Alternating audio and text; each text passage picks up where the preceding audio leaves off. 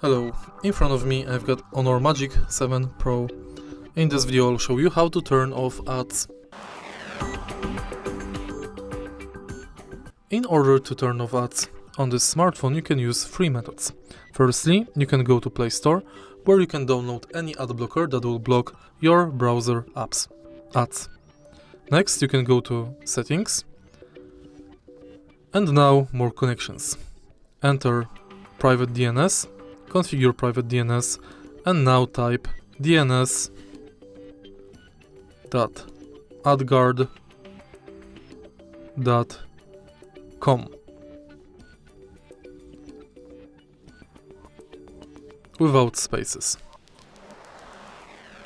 In the end,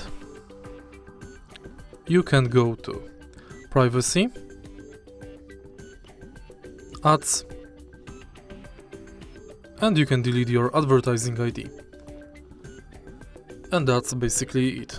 If you find this video helpful, please leave like, comment and subscribe.